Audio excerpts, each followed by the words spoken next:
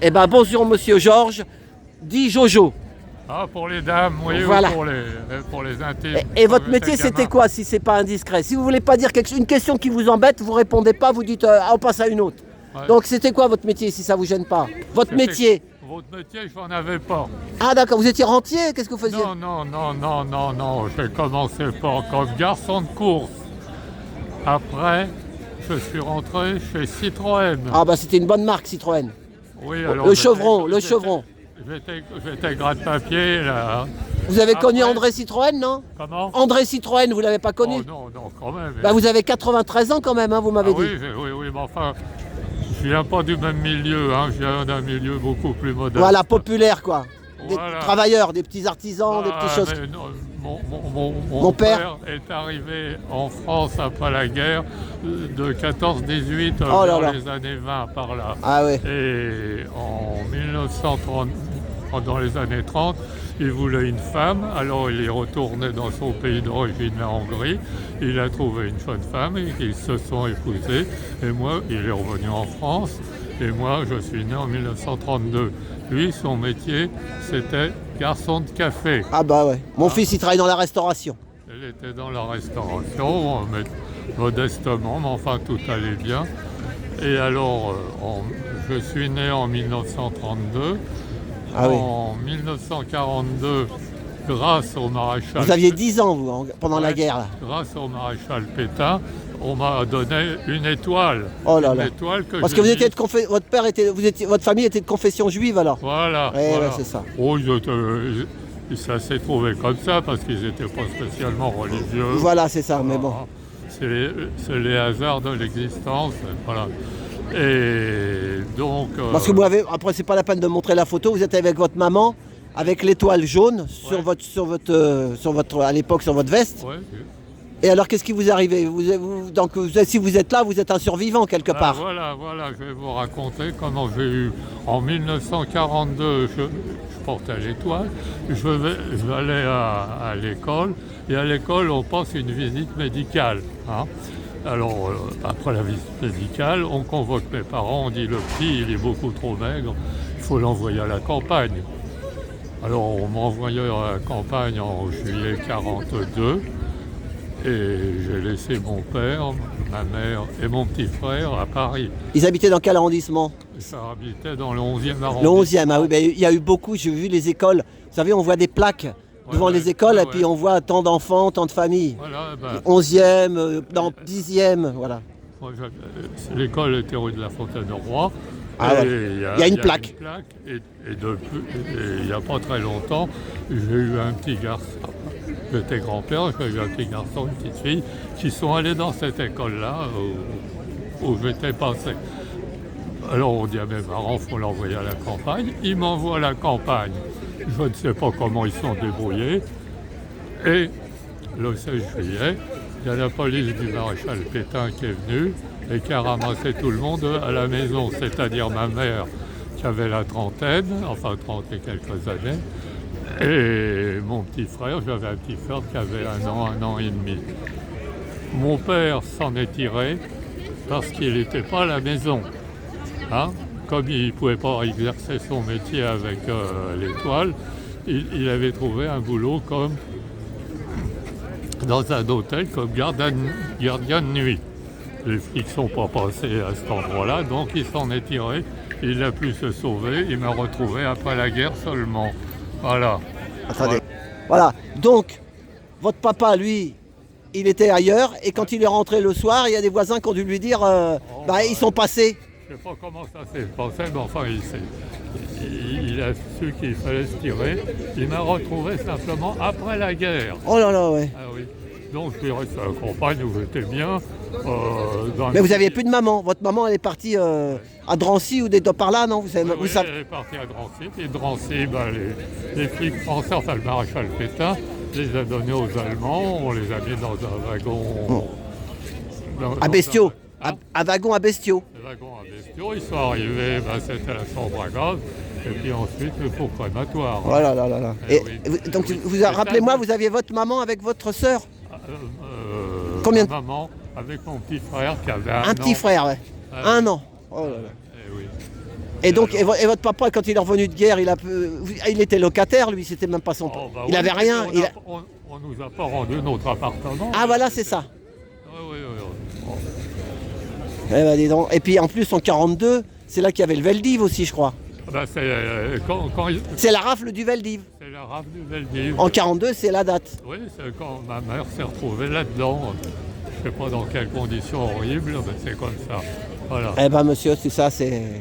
Et qu'est-ce que la conclusion ouais. Moi, quand mon père est venu me chercher après la guerre, je suis allé, il ne pouvait pas s'occuper de moi parce que son métier c'était garçon de Ah oui, il restaurant. travaillait, voilà, c'est ça. Alors il m'a mis en pension. En pension, je m'embêtais, je sauvais, j'ai fait les 400 coups, bon, c'est comme ça. Et je suis arrivé à 18 ans, j'ai trouvé un petit boulot de garçon de course à Paris, je faisais des livraisons, j'allais encaisser des chèques et tout ça, voilà. Et après, il y a eu le service militaire. Après le service militaire, je vais travailler chez Citroën. Après avoir travaillé chez Citroën, j'en avais assez, enfin. Et j'ai vu une petite annonce, demande employé comme pour mise en route de travaux nouveaux. Et je me suis retrouvé au pétrole d'Aquitaine, c'est-à-dire le gaz qu'il y avait à Pau, voilà. Ah, et puis après, vous avez monté les échelons dans l'entreprise. Après, j'ai monté les échelons parce qu'on a cherché du gaz ou du pétrole un peu partout dans le monde. Donc j'ai parcouru le monde à droite, à gauche. C'était un peu comme ingénieur, mais sans faire les études. J'étais cadre. Cadre, voilà, c'est ça. Vous avez une retraite quand même maintenant, alors. Vous avez une retraite et tout maintenant. Ah oui, Oui, parce que le père de ma femme, c'est un peu pareil. Ah bon? Il était chauffeur routier, après il s'est retrouvé cadre parce qu'ils ont vu qu'il était intelligent. Ouais. À l'époque, c'était pas comme maintenant. Ah non. Voilà, après la guerre, c'était dans les années 50. Maintenant, on va aller. Enfin, je pense que c'est plus la même époque, tout est différent. C'est mieux, et encore quand on ne sait pas ce. Et la guerre d'Algérie, vous ont pas envoyé là-bas, vous? Alors. Parce que le père de ma femme, il l'a envoyé là-bas, lui, le pauvre. Alors attendez. J'ai fait le service militaire, à l'époque c'était 18 mois. Ensuite, il y a la guerre d'Algérie. On ne m'a pas envoyé en Algérie parce que j'avais perdu un parent pendant la guerre. Ah oui, c'est ça. J'avais perdu ma mère, donc je suis resté. Ils vous ont épargné. Voilà.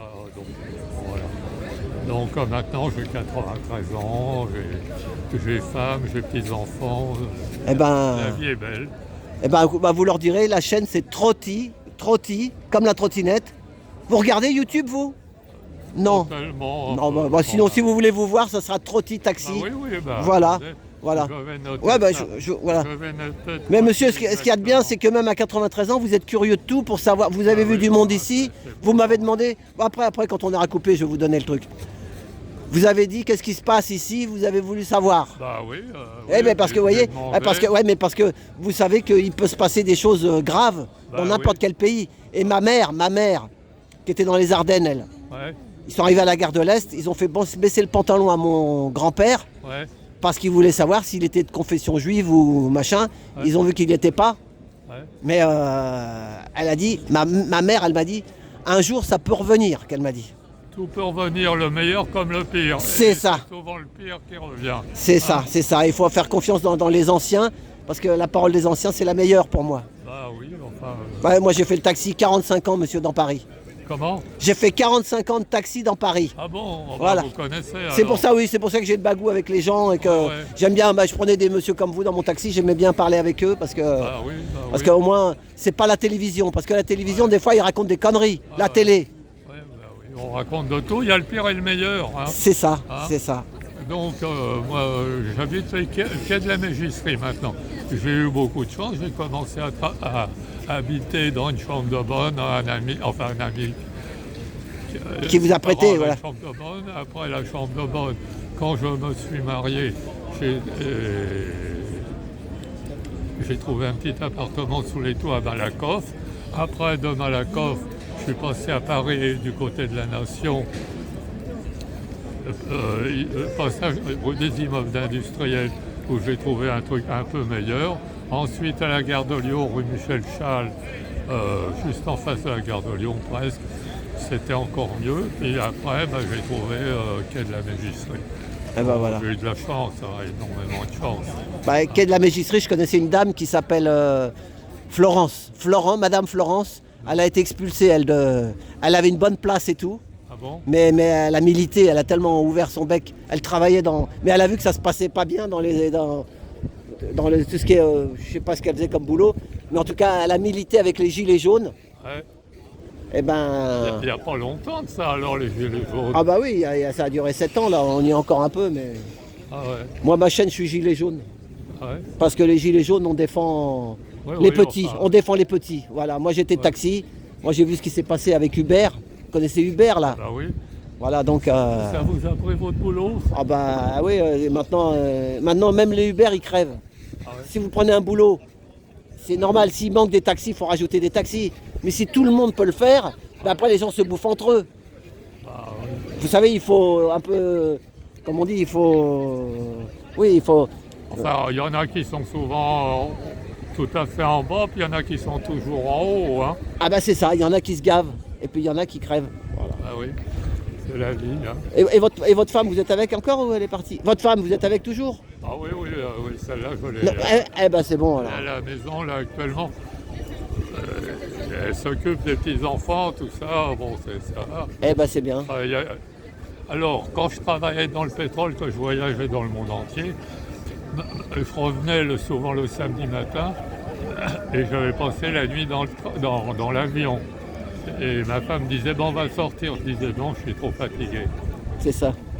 Et ben, un jour, elle est partie. Ah, elle est partie. Ouais. Et maintenant, celle que j'ai, c'est une nouvelle, enfin, ça va bien. Ah, plus jeune quoi. Comment? Un peu plus jeune. Ah, oui, oui.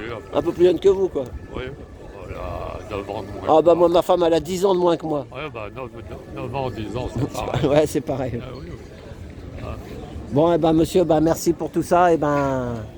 Alors, Espérons que... donc là, je vous dis, là, c'est un avocat qui s'appelle Juan Branco. Donc là, les gens attendent. L'histoire, je sais pas... qu'est-ce qu'on lui reproche? Lui, il en a marre du président. Ah oui, Macron. Voilà. Oh, bah ça, moi je préférais, enfin il y en avait un qu'on n'aimait pas, Enfin, on a aussi. dit beaucoup de mal, et qui nous a donné quand même la retraite à 60 ans. Il y en a eu des bons et il y en a eu des moins bons. C'est ça. Mais là, Et maintenant il y a Sarkozy, il va aller en tôle, ça va être marrant ça. c'est ça. Ah. Ouais, mais est-ce qu'il va faire ça peut faire comme Balkany, au bout de 3 ou 6 mois, il va sortir parce qu'il dit qu'il est malade. Ouais, Vous savez? c'est possible, oui. Tout Ouais, est ouais, possible. bon, enfin, Tout est possible. tout Mais est- bon, vous savez, c'est pas qu'en France. oui, oui. Le bazar, il est mondial. Hein. Ah, oui. Et je connais un ingénieur qui est chez les Gilets jaunes, il s'appelle Philippe. Lui, il donne son nom de famille, Philippe Combaz. Non. Lui, il était chez Total, Ouais. mais c'est un ingénieur. Hein. Les ponts et chaussées, les machins, chez Mines, je sais pas quoi. Et il a fait la Russie, il a fait plein de pays comme vous. Ouais, ouais. Mais il est plus jeune. Hein. Ouais, ah, oui. Ouais, là, maintenant, il a 50 ans. Ah, Mais il s'est aperçu qu'il y avait des trucs qui n'allaient pas. Et lui aussi, il a ouvert son bec. il faut le faire, il faut ouvrir son bec. Hein. Ah oui, mais après, quand tu ouvres ton bec, tu perds tout. C'est un risque. Oui, enfin, oui, c'est sûr. Ah bah oui. Là, le pauvre, maintenant, il dort dans un container. Un container aménagé, mais l'été, il fait trop chaud et l'hiver, il fait trop froid. Ah oui, eh ben, il est jeune, il est vieux. Ah bah, il a une cinquantaine d'années. Mais il est content parce que il a ouvert les yeux, qu'il dit. Il a ouvert les yeux, quoi, vous voyez. Ouais. C'est compliqué, hein, la société. Hein. Mais les gros groupes, c'est les intérêts, c'est l'argent toujours. C'est l'argent. Les gros groupes, ils ont... Et qu'est-ce qu'il va vous dire au total, le français? Si c'est pas nous, ça sera Exxon. Si c'est pas Exxon, ça sera les Chinois. Ouais. Vous comprenez? C'est Ouais, une ouais, guerre enfin, économique. Vaut mieux être en France qu'en Chine ou en Russie Oui, ou dans mais- des oui. pays comme ça. Hein. Oui, mais- Parce qu'en Russie, il faut la fermer. Hein. Mais c'est ça. Du temps Bah, de Staline, Du vous temps dites. du communisme. Moi, j'y croyais au communisme. Il m'a fallu un certain temps pour dire, ben non, ça... C'est ça. Bah, on peut se faire... Hein. Oui, mais c'est la société. Moi, je regarde une chaîne sur YouTube, un gars qui dit des choses, que ce monde marchand, il est en train de bouffer tout le monde. Vous savez? Mais enfin, ça fait... Regardez les jeunes, tout le monde... Maintenant, les petits commerces, ils ferment tous, parce qu'ils achètent tout sur Internet. Bah oui, ou C'est bien alors ils vont chez Monoprix, ils vont chez Intermarché. Et c'est sur les grosses mafias. Ouais, bah Les oui. petits, il n'y en a plus. Oui, mais enfin, quand il y avait des petits, c'était pas mieux, il n'y avait pas la retraite à 60 ans ou 62, il y avait... Oh, il y a toujours des pour et des contre. Ouais. C'est ça. Non, mais la France n'est pas le pire pays. Non, non, non, mais moi j'ai pas dit que c'était le pire. Macron, moi je l'aime pas, je ne voterai pas pour lui. Mais quand on voit Trump, par exemple, quand on voit Poutine, quand on voit Netanyahou, c'est tous les salauds qui sont en haut. Hein. Ben c'est ça, nous les gilets jaunes on appelle ça le pouvoir profond. Ouais. Le pouvoir profond, vous voyez, ceux qui sont tout en haut là-haut et qui, c'est la mondialisation. Ouais. Vous avez entendu parler de ça, de la mondialisation? Bah oui, bah oui. Alors justement, nous on milite, on voudrait plus. En Suisse, ils sont plus neutres. Enfin, c'est la souveraineté. Vous connaissez ce mot-là? La souveraineté. Oui. Est-ce que ça pourrait revenir, la souveraineté, pour être souverain? Voilà. On a eu un socialiste qui s'appelait Mitterrand. Ah ben il nous a quand même donné la retraite à 60 ans. Hein. Oui, mais lui aussi, il n'a pas fait. Avec Attali, c'était son pote. Saint, voilà, c'était pas un saint. Ben, les saints, moi, j'en ai rien à faire. J'en connais pas d'abord. C'est ça. J'en connais pas. Mais la retraite à 60 ans, on l'a quand même eu. Enfin, c'est ça, voilà, ouais, c'est vrai qu'on l'a eu à 60 ans, mais maintenant, ils veulent la mettre à 64. Comment? Ils veulent la mettre à 64 maintenant. Oui, et en Belgique, elle est à 67. Oui, et en Italie, ou 66, ou je sais pas quel âge. Donc, et puis quand tu as travaillé toute ta vie, moi j'ai travaillé la nuit, que tu as travaillé de nuit, ou que tu as fait le bâtiment, et qu'un gars, tu lui dis, tu vas travailler jusqu'à 64 ans ou 65 ans, alors qu'à 58 ans, il n'arrive plus à arquer, à marcher. C'est vrai. Hein, voilà. Enfin bon, on verra bien. On va attendre M. Juan Branco qui va sortir. Et il va nous dire un peu où il en est. Parce que je vais vous expliquer, là dans la salle de Juan Branco, normalement ça devait être une salle de 300 places, 300 personnes. Mais d'un seul coup, le tribunal il a dit non, c'est que 30 places. Alors tous les gens ils ont gueulé. Et les avocats de Juan Branco ils ont dit nous, si on a la petite salle à 30 places, on rentre pas. Donc il y a eu un pourparler, depuis 9h du matin ils sont là. Et à 14h, ils ont dit bon, on vous donne la place de 300 places, mais si vous filmez, faut pas filmer les débats. Parce qu'ils jugent un avocat en fait. C'est le barreau là, vous savez, il y a le barreau. Le barreau des avocats là. Oui. Voilà, donc il est jugé par ses pairs. Par son père et sa mère peut-être. C'est la cour de cassation là normalement. Non mais il y a aussi le barreau aussi. Il y a le barreau. Oui, le barreau. Je croyais qu'ils étaient dans le nord de Paris. Ah non, ça c'est là-bas, c'est le Clichy, c'est le tribunal. Mais le barreau, c'est ceux qui tiennent les avocats. Vous savez, il y a un barreau qui... Oui, c'est le juge des avocats. Ah, d'accord. Oh, c'est compliqué, la politique. Bon. Ils ne doivent pas siéger quand même très souvent. Hein. Ah non, bah ça... Tiens, un bon restaurant, là. Ah oui bien. Chez Paul. Paul. Eh ben, monsieur, merci pour ça. Moi, vous avez 93 ans. Moi, j'aurai 93 ans dans 30 ans. Mais j'ai 65 ans. Ouais, mais à mon âge. Moi, je pourrais. Oui, mais moi, à mon âge, je me dis que j'irai pas jusqu'à. On se le dit, on n'en sait rien, c'est ça. Mais il y a 10 ans, j'ai dit ce gosse, il faut l'envoyer à la campagne. Ouais, il était fébrile. Voilà, ils vous ont dit que vous étiez fébrile, les machins. Voilà. Mais ce qu'il faut, c'est vous fumiez pas, vous. Vous avez jamais fumé? Oh non. Pas tellement. Voilà, moi non plus, je fume pas. Mais... À une certaine époque, je buvais un peu, j'aimais le bon vin, mais maintenant ça m'est égal. Voilà, c'est ça. Bon, merci, attention à la trottinette. Bon, merci. Alors vous me donnez le site. Oui, mais je vais vous le donner, monsieur. Voilà, allez, bonjour à vos petits-enfants si vous voyez. Ils sont grands, vos petits-enfants, maintenant? Hein? Vos petits-enfants, ils sont grands? Ah oui, il y a une petite fille qui a 12-13 ans, et puis il y a le garçon qui a 16 ans. Ah, voilà, c'est ça. Mais vous avez combien d'enfants, vous? 2? Hein? Vous, d'enfants, vous en avez eu combien, vous, avec votre femme? J'en ai eu 0. C'est au deuxième mariage que j'ai eu des enfants et des petits-enfants. Ah, d'accord. Ah oui, vous les avez eu un peu plus sur le tard. Ah oui. Voilà, c'est ça. Allez. Attendez, je vais vous montrer quelque chose. Voilà, on va quitter le monsieur. Monsieur, merci. Et puis, peut-être une autre fois. Hein. Peut-être une autre fois. Voilà, je vais vous donner mon site. Voilà, allez, on dit au revoir. Voilà. Attendez, je voudrais le prendre en photo parce que sinon je m'en rappelle pas. Hein. Ah oui, je vais vous le mettre. Ouais. Voilà, allez, à tout bientôt. Et puis, monsieur, allez jusqu'à 100 ans. C'est bientôt 100 ans, hein. Dans 7 ans, c'est rien 7 ans. C'est un septennat. N'exagérons pas. Mais si. Maintenant, il y en a qui vivent même à 110 ans, hein. Voilà. Allez, attends, je vais vous donner mon site. Voilà, allez, eh ben, au revoir monsieur, merci et puis bonjour à toute votre famille. Merci monsieur. Merci, au revoir.